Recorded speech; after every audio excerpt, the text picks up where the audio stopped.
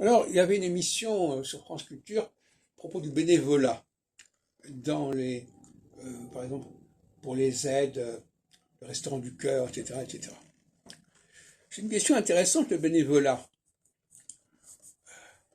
Et on n'en parle pas suffisamment. Par exemple, moi, ce que je vais d'abord signaler souvent, c'est le bénévolat, alors, dans la vie universitaire.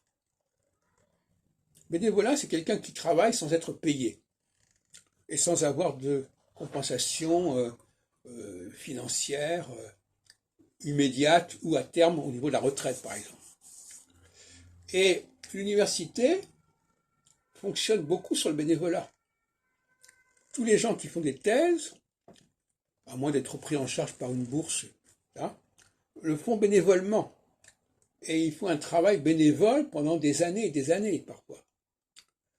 Ce qui peut ne déboucher sur aucune situation matérielle particulière, sauf s'ils peuvent décrocher un poste, ce qui n'est pas du tout évident, et qui ne va pas non plus déboucher à la retraite sur des avantages où on prendra en compte les années de doctorat, et notamment le doctorat d'État. Parce que le doctorat d'État, c'est un doctorat à long terme, et par conséquent, qui devrait être protégé sur le plan matériel, en tout cas sur le plan des retraites.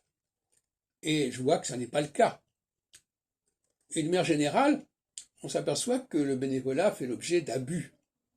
On abuse de la bonne volonté des gens, d'où ce qu'on appelle d'ailleurs dans certains cas le burn-out, comme on disait cet après-midi. Voilà, bon, effectivement, il faut quand même arriver à gérer mieux le bénévolat et à repérer le bénévolat, repérer où il y a du bénévolat. Et je disais que dans le domaine de l'université, du travail universitaire, du travail de recherche, il y a une part de bénévolat considérable. Je ne parle même pas dans le domaine de l'écriture. Il y a beaucoup de gens qui écrivent et qui ne sont pas protégés par un éditeur ou qui n'arrivent pas à se faire éditer, etc. Mais tout ce champ-là, de l'écriture, de la rédaction de thèse, n'est pas protégé comme il faut.